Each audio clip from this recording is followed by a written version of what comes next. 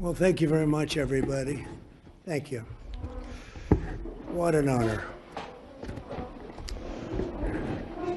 Well, this is a very special occasion, and it is indeed my honor to welcome to the White House a great friend and a man of leadership, vision, courage, and strength, His Royal Highness Crown Prince Mohammed bin Salman of the Kingdom of Saudi Arabia. And we had a big day today, a very big day for both countries. We've gotten to know each other well over the years, and he has become a true partner for peace and prosperity for our countries and for the world and for peace in the Middle East, which was a crowning achievement for both of us. And I just want to say that Crown Prince Mohammed, we're delighted to have you with us at the White House. Very special, very, very special.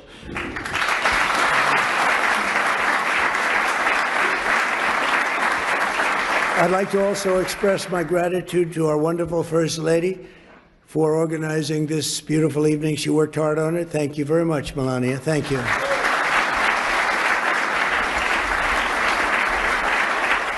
And we're pleased to be joined as well by Vice President J.D. Vance and his magnificent wife, Usha. Thank you. Thank you, J.D. Speaker of the House, Mike Johnson, and his wife, Kelly. Thank you, Mike, wherever you may be. Thank you. Thank you, Kelly.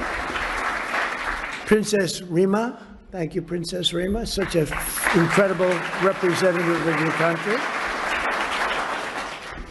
And you really are. We really appreciate it. Great job you do. And members of the Saudi delegation, we want to thank you very much for being with us. We spent a lot of time with you today in the cabinet. You're extremely good negotiators, that I can tell you. So I want to thank you. And we have so many other unbelievable dignitaries. I won't talk too much about you because we'll be here all night. This room is loaded up with the biggest leaders in the world, business, sports. You know, my son is a big fan of Ronaldo, wherever Ronaldo is here. Ronaldo. And Barron got to meet him, and I think he respects his father a little bit more now, just the fact that I introduced you. So I just want to thank you both for being here. Thank you very much. Really an honor. But I want to thank everybody because you have the biggest business leaders in the world. You have the biggest leaders politically anywhere in the world. And I think it's a group that maybe to this extent has never come together quite like this. I only wish we had about 2,000 more seats. We would have filled every one of them 2 times over. But very soon you'll be having that, and we'll have to do another one in about 2 years from now. But we really do. We appreciate it very much. It's a special privilege to welcome His Royal Highness to Washington this year as we mark the 80th anniversary of the first meeting between U.S. President and a Saudi king. 8 decades ago in 1945, President Franklin Delano Roosevelt met with the Crown Prince's own grandfather, the founder of the Saudi Arabian incredible country, and that was King Abdul Aziz on the deck of the U.S. Navy cruiser, and a beautiful one at that. It has become known for that meeting all over the world. The two became immediate and warm friends, and in fact, when we were walking down the Presidential Walk of Fame today, I said, so which one, other than Trump, of course, because Trump absolutely is #1 in this category, meaning friend to Saudi Arabia. I said, which is the greatest of the president's friends of Saudi Arabia? And I think you said, very truly, Franklin Delano Roosevelt. Now, he's a Democrat, so I don't know. But I understood it, and it's true. He was a great friend, and right now you have the best friend you've ever had. But ever since, our countries have been enduring partners, and together this evening, we're making that partnership closer and stronger than ever before. And we've never had the relationship, our countries, like this. We had four great years, but things happened today, and documents were signed, and we went through a lot during the first 9 months. And we have a very different Middle East than we had when I first came into office, like I would say day and night. As I saw during my wonderful visit to the kingdom in May, with the Crown Prince's help, Saudi Arabia has made extraordinary strides and grown into an economic engine and really a modern day miracle, an amazing transformation, and all for the good. This opening up of the new avenues of cooperation between the United States and Saudi Arabia is really unprecedented. And on that trip, Saudi Arabia announced that it will invest an incredible $600 billion. That means jobs. That means jobs. It's also good for your companies, but I'm only interested in the jobs for your country. I'm not interested in the profits, but I guess the profits are there too. But $600 billion in the United States. And today I said, any way you can up that? And he said, I am going to up that to $1 trillion. So he's investing $1 trillion into the United States. And when I was in Saudi Arabia, he looked at me, and I've used his name all over the place because he was the first to say it, but a lot of people have said it after. He said, you know, 1 year ago, we thought your country was dead.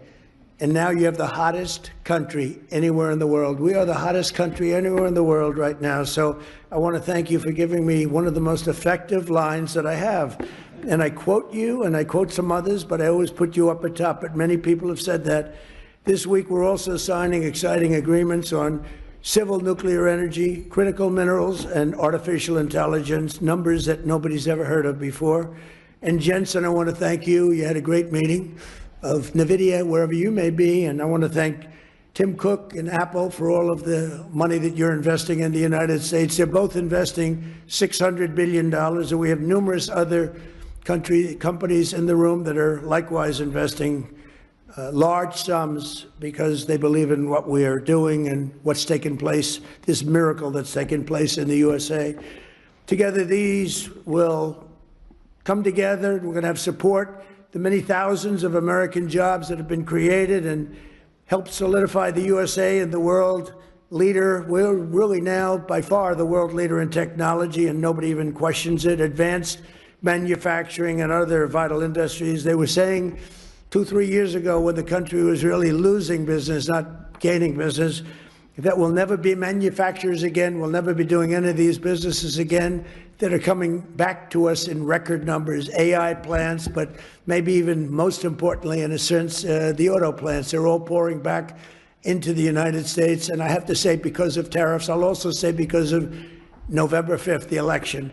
But because of the tariffs, they're coming back. We have the head of Ford, we have the head of General Motors in the room, and their stock has gone through the roof because what I did with tariffs last week on certain kinds of vehicles, I won't get into it. It's called mid-sized trucks and large trucks. So I wanted to get into it because their stock went through the roof, and they were very happy. They did not really a hell of a lot of work. I gave it to them at their request, and for that, they get a big fat salary. But more importantly, they create jobs all over the country. It's been amazing. And the business you've gotten in the midsize and the large trucks because of what we did with tariffs is incredible. It's incredible. So I congratulate both companies and thank you both for being here very much. And as we announced in May, Saudi Arabia is also making an enormous commitment to building up its own defense capabilities with the largest arms purchase in history, nearly $142 billion worth of American military equipment and services. And as I've said many times, and we've demonstrated just a short while ago, but quite a bit, we make the best military equipment in the world by far. We make the best jets, the best missiles. We make the best military equipment in the world. There's nothing even close. But this will mark and make both of our nations safer and cement the kingdom's role as a key force for stability and security in the Middle East. And they are, I think right now, I can say with what we did with our beautiful B-2 bombers going in and obliterating a very serious nuclear threat, which would have taken place in about a month from that date. They were ready to go. They're not ready to go anymore. They'd like very much to make a deal with us, and they call us, and we'll end up probably doing that. That's Iran. But when you really think about it, Your Majesty, I think that this is the best in terms of safety. Saudi Arabia has never been as safe as it is right now. You always had a little cloud over your head, and sometimes that cloud was very big. That cloud is not there anymore, and we want to keep it that way. So that's why tonight I'm pleased to announce that we're taking our military cooperation to even greater heights by formally designating Saudi Arabia as a major non-NATO ally, which is something that is very important to them. And I'm just telling you now for the first time because I wanted to keep a little secret for tonight. I just heard him say, "Oh, that's nice." That's another point you won today. And signing a historic strategic defense agreement, which we just signed a little while ago. So congratulations, it's our great honor.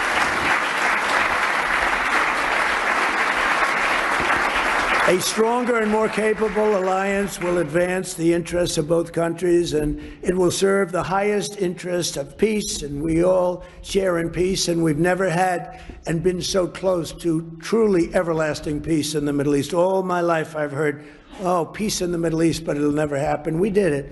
Now we have to make sure it matures properly and is really as strong as we think it can be, but we've gotten all good signals. I want to just thank you for all the help, too. I want to thank the Crown Prince for the role he played in the transformational peace deal that was achieved last month, and so many of the other things that happened to end the war in Gaza. Gaza, while it looks a little bit messy, it has for many, many years, I will tell you, many decades, but it's getting very close to being perfected, and people are shocked. And even the great experts that have gone around criticizing badly every country and every president and everything, they're all saying that what's taking place in the Middle East is a miracle. They're just calling it a miracle, and we're going to make it a miracle, and we're very close to doing that. But as you know, all of the living hostages were returned to their families. We got all 20 out of 20. And likewise, this sounds terrible, but the parents of the dead people, young men, mostly young men, almost all young men, they wanted those bodies back as much as the parents of the living. The parents of the living would do anything to get their boy back, and they got him back.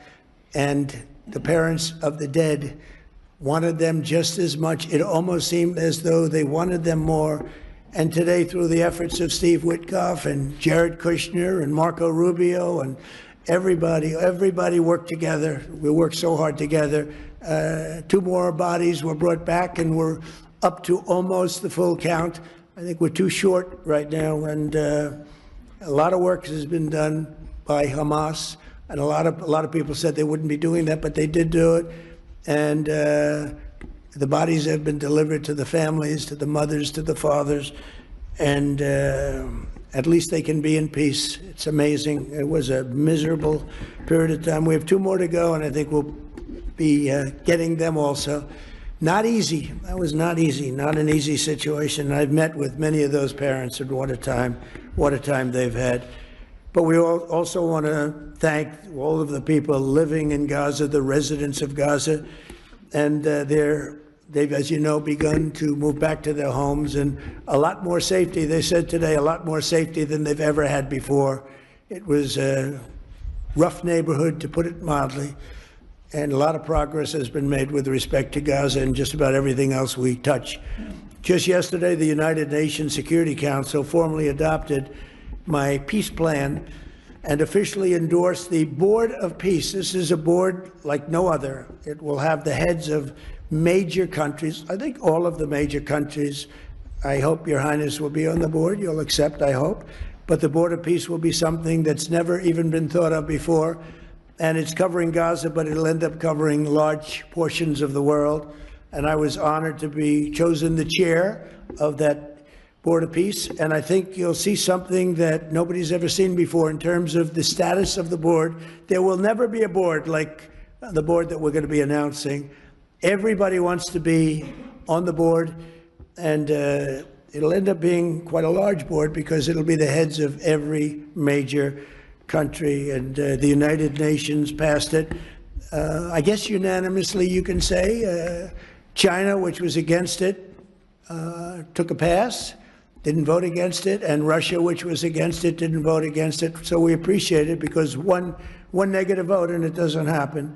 So people were shocked to see that it was approved, and that was a great honor. It's a great honor for me, I will tell you. I think it's something like nobody's ever even imagined So it's called the Board of Peace, and watch for it because it's going to do some fantastic things. And I know we're both deeply committed to an enduring ceasefire. It grows into the beautiful, lasting peace, and we've got things going at numbers and far ahead of schedule that nobody thought was possible. So, Your Royal Highness, just as my predecessors and so many of the people that you know and love from a long time ago, they bonded with the U.S. and Saudi relationship, which was forged 80 years ago. You and I are strengthening and renewing the alliance, I believe, to levels that were far greater than what they had even 80 years ago, frankly. And we pray that we will be celebrated by our own descendants some days for this incredible relationship that's been built between the United States of America and Saudi Arabia. Someday they maybe will talk about us as being two wonderful men. Forget about great. Wonderful is okay. But two wonderful men that did tremendous work for their countries, and that bond is very important. Our friendship and blessings to America, to the Kingdom of Saudi Arabia, and to the world stand out and will always stand out to me. So I look forward to working with you, and we'll be here for 3¼ years. For the Trump, that's like an eternity. You know, for somebody else, that doesn't sound long. But we love doing it. We love, we have an expression, make America great again. And that's what we're doing beyond what anyone even thought possible. So I just want to thank you for being a very big part of it. And I want to thank you for a $1 trillion investment and contribution toward our country. That's a lot of jobs. Thank you very much. Thank you. Please.